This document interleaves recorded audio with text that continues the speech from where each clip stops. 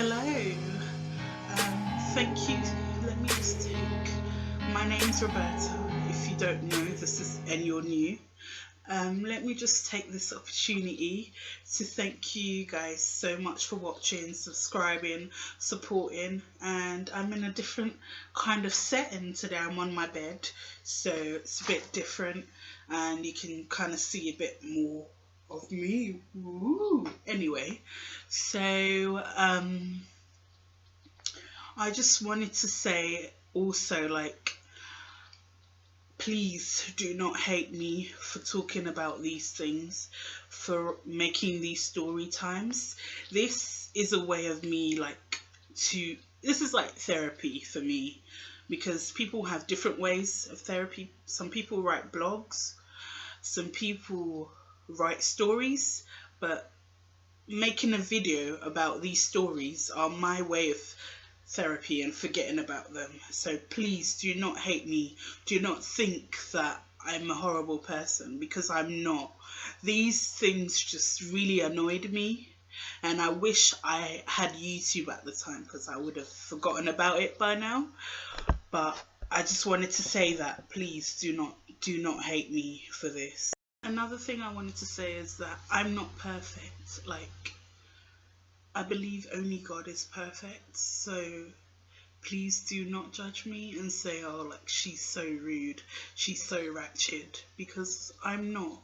People who know me, people who are friends with me, know that I am not a horrible person. I'm not rude, but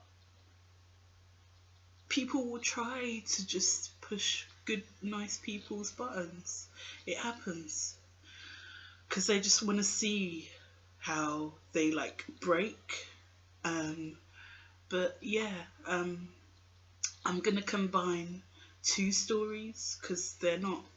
One of them isn't really that long, but it's just taught me, like, in real life, in a job, in anything in real life, I'm gonna have to face these difficult people, and it will happen. But I've just got to live with it and get on with it, really. I am not a horrible person. Like, it's not me. These things just really affected me, so I just wanted to talk about them. So the first one is just knowing how to deal with, like, difficult people. Like, it's definitely something I had to learn.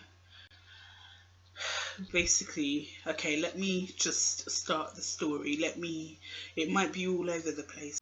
Hi guys, I'm back. Sorry about the headphones earlier. I was trying to watch live TV whilst recording, which I shouldn't do, but they're off now anyway. So yeah, the first story starts in university, and basically last semester I had a module that involved group work for one of them. The first thing that we did, coursework that we did, and it was so challenging. I thought it was fine. We got through it fine. Like, everything seemed fine. But when it came to deciding the percentage everybody took part in, these two guys, let me call them Joshua and Harry. No, not Harry. Henry. So these two guys, it was these two guys, and let's say they were both white, and me and this girl, I can say her name. No, let me not say her name. Let's say her name is Ellie. So Ellie is black. Me and Ellie are black, and Joshua and Henry are white, and they're two guys. So two girls, two guys.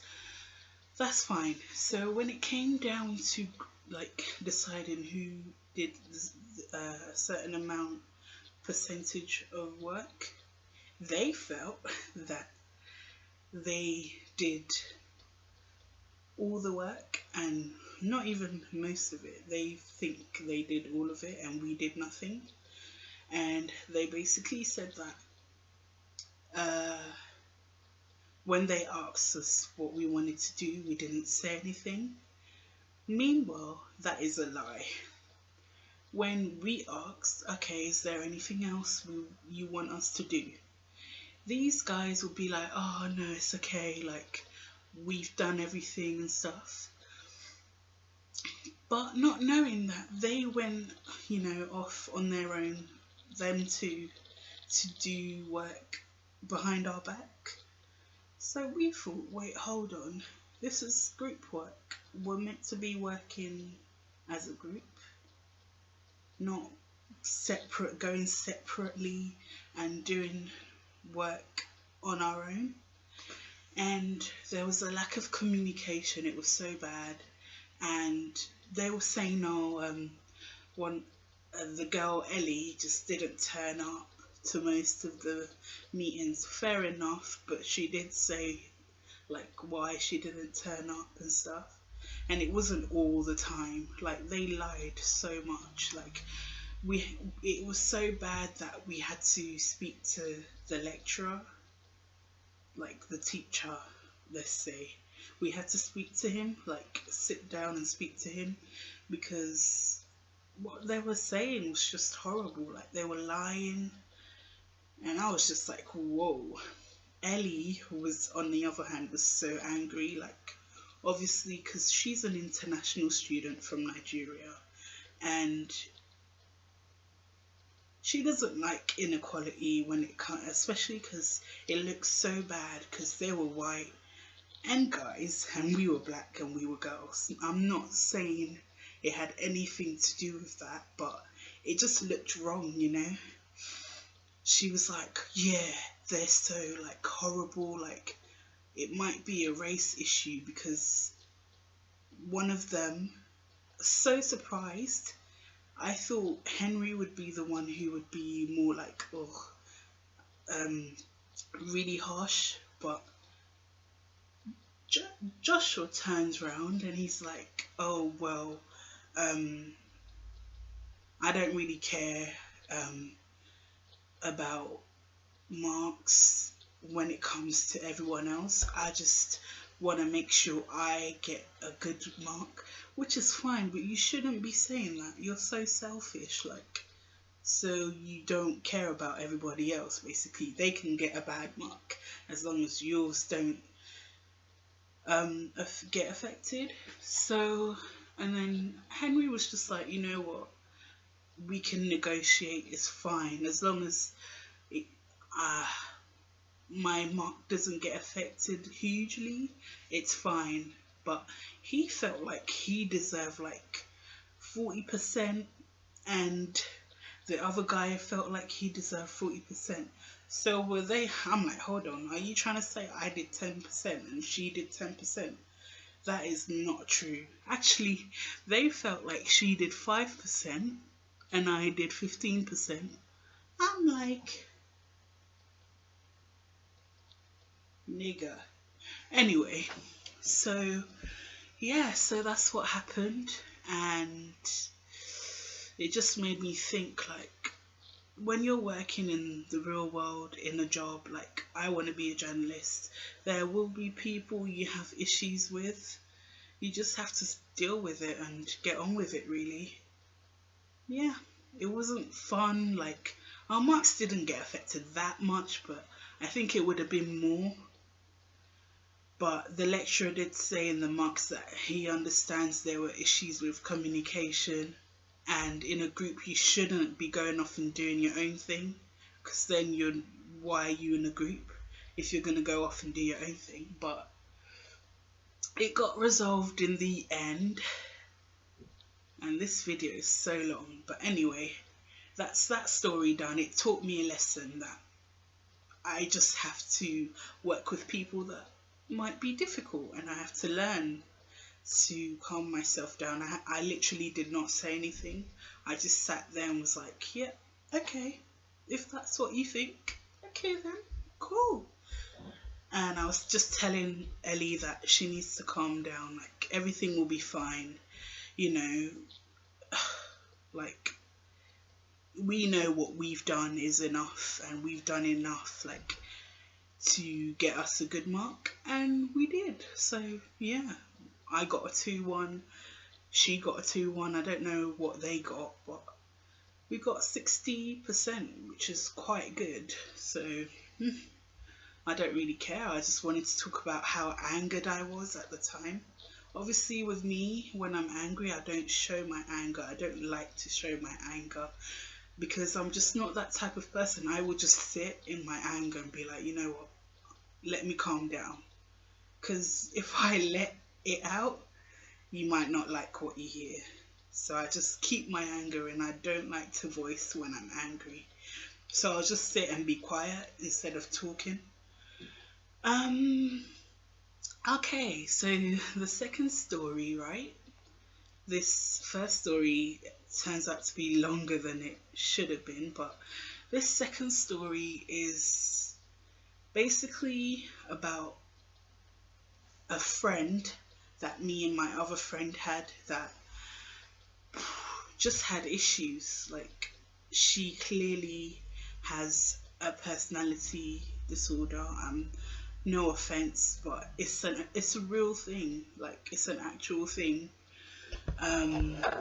So let me carry on with that story. Let me end the clip here and start afresh.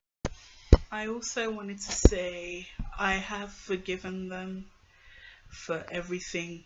I've forgiven these people for everything they did, and for hurting me or for disturbing me. I have forgiven them. I do not hold these things against them, but I just needed to get these stories off my chest because I don't think I would have been myself or alright if I didn't talk about them. So yeah. So story number 2. So me and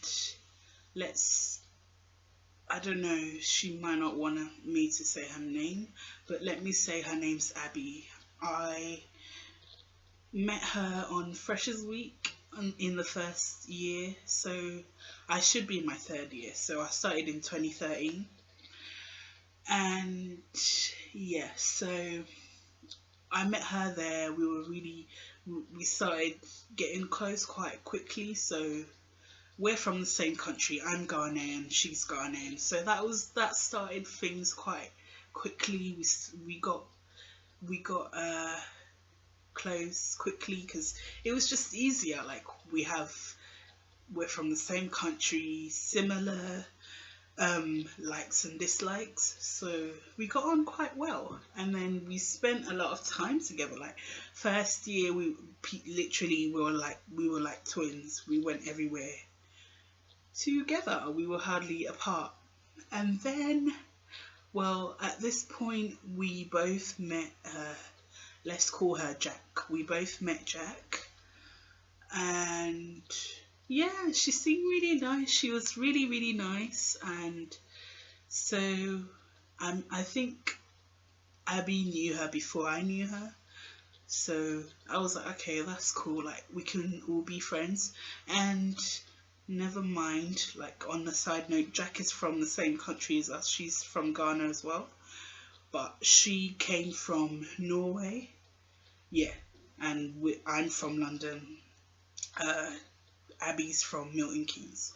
Aside from that, we were both like, our parents are from Ghana. I was born in Ghana. Abby was born in Ghana. Jack was not born in Ghana, but you know, her parents were from Ghana. So everything was fine until she started saying certain things that was a bit weird. First one that really got to me, she started, fine, you think I'm a nice person and that, but she started saying things like, oh, you're so nice, you remind me of my mum, which is really, I thought, oh, that's really nice, like, you know. But then she was like, oh, I wish I could be more like you. And then it started getting a bit weird, like, okay, and not knowing that. Okay, let me go, like, carry on with the story. So actually, on another day different from this day, we decided to go to the beach. First of all, every time we try to do something with this girl, it never happens. Like, something always goes wrong. So we were at the bus stop waiting for this bus. It takes ages to come, so we decide not to go, and we decide to go to a nearby beach instead. And then, because we have a beach, like, it's called Swansea Bay near our uni, so I was on campus at the time, and Jack was living in Student Village, and Abby was living in a house nearby the uni, so we all decided to go to that beach. And then on our way there, this Jack girl, do you know what she says? Oh, she starts talking about, like, Abby, and, like, when and how, like, if she got a boyfriend, she'd steal her boyfriend, be best friends with her boyfriend, right? And she'd steal her boyfriend. So I'm like, okay, this girl is weird. First of all, Abby does not have a boyfriend, so I don't know how she would do that. And then when we were at the bus stop, right, guys, this nigga, sorry for using this word. I don't mean to. I'm not trying to be offensive, but right, this Jack girl says, oh, I can picture. She can picture Abby having sex, and she can imagine her having sex. And I'm thinking, whoa, like, are you a lesbian? What's wrong with you? Like, why would you say that? And is that normal to you? So anyway, so that happened before we went to the beach, and she started saying she would steal Abby's boyfriend. And then later on, that's when she started saying, oh, I wish I was more like you, to me. Jack was saying that to me. For me, I thought that was really nice. But then I found out from Abby that Jack basically started copying Abby, like, the clothes she wore, like the type of clothes she wore, the way she spoke, the way she walked, which is really weird. I mean, come on. She basically started copying her. And then she's like, oh, and then I tried to help her out, right? There was a day when I sat with her, spent literally hours on Jack, right? And I even, like, told my mum to hold on. My mum called me and said, listen, mum, I've got a bit of an issue here. So I stopped my mum's call just to talk to her, because I thought I'd get through to her. Jack starts saying things like, oh, friends always leave me, but they always come back, they always do. And I'm like, wait, hold on. Am I in a movie? Is this life right now? Am I in some sort of a thriller? Because this is weird. This was freaking me out. Like, she was crazy. And I mean, I'm not even talking, like, crazy on a normal level. I don't know how that could be normal, but, like, crazy, like, whoa, like, oh my God. I wanted to leave, okay? I wanted to leave. But we were outside, so I couldn't really leave. She would follow me. And she's like, oh, what makes you happy? And I was like, listen, what makes me happy can't be what makes you happy. And she was like, oh, well, I really want to know, because I want to see if those things will make me happy too. And I'm like, Jack, you can't use what makes me happy to make you, what makes you happy. And she's like, oh, well, I'm never really happy, like, I'm never really content. And I'm like, that's a problem. You need to sort that out, Like, if you can't be happy at all, that's a problem. And then she goes to me, I don't know how you're so positive all the time. I don't like that about you. I'm like, hey, God. I wanted to leave, literally. I was walking home, I was walking with her. I was scared that she was gonna follow me into my house. This girl starts being weird, and I'm like, so basically, you wish you were me. Basically, she wished she was Abby's. She wished she was Abby, and then she wished she was me. So she started copying Abby first. And then Abby confronted her and said, listen, you're copying me. Are you trying to be me?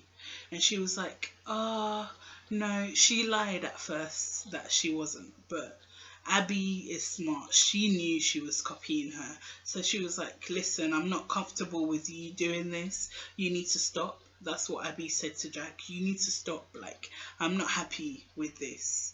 And then she was like, oh, like, I'm not trying to copy you. I just really admire you. And she was like, that's taking it too far. If when you admire someone, you don't copy them. You admire them and leave it there. And yeah, so, and then she actually owned up to the fact that she lied and she is copying her.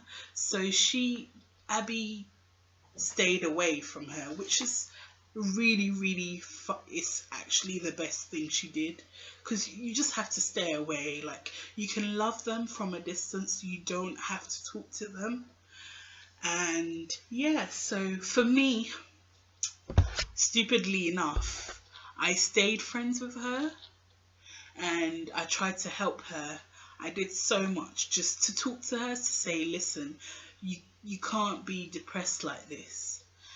And she just lies. Like, she'll say one thing and then she'll be like, actually no, this. Like, she changes her mind all the time. Like, all the time. I don't mean like you talk something and then the next day you change your mind. She literally changes her mind every minute. Okay, so this really freaked me out. Like, I was like, oh my God, this girl is crazy. I mean, like, beyond where alarm bells start ringing and you think, you need help, girl. Anyway, so yeah, so this girl freaked me out for so long, and up till this day I'm still freaked out by her. But I thought, like, by talking about it, I'd forget about it forever, hopefully, and never have to think about her again. Like, really, every time I talk about her, something happens, and I'm worried. By the blood of Jesus, nothing will happen to me. In the name of Jesus, I declare nothing will happen to me. But you know, when you think someone's possessed by the devil, they may not be the devil, but you feel they're possessed by the devil because they just do things that just aren't right. Anyway, so these are my stories and they're really long. I'm so sorry. I'm really, really sorry, but these videos, these stories had to be long for you in order for you to understand them. So thank you so much for watching, and if you like it, don't forget to subscribe. You only need Bye, the guys. light when it's burning low. Only miss the sun when it starts to snow. Only know you love her when you let her go.